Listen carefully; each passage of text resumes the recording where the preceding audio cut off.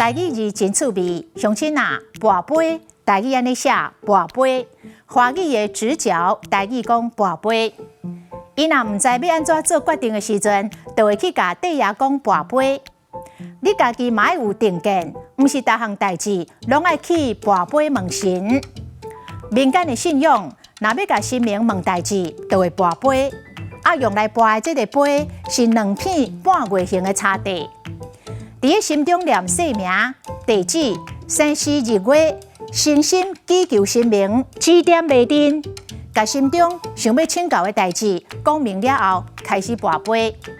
這個杯若是一個坦笑，一個坦殼，都、就是上杯，表示是對會使；若是兩個杯攏坦殼，都、就是陰杯，表示唔是唔對袂使。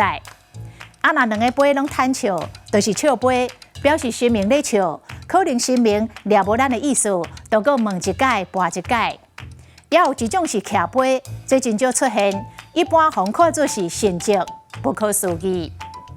今仔日的台語字跋杯實在真趣味。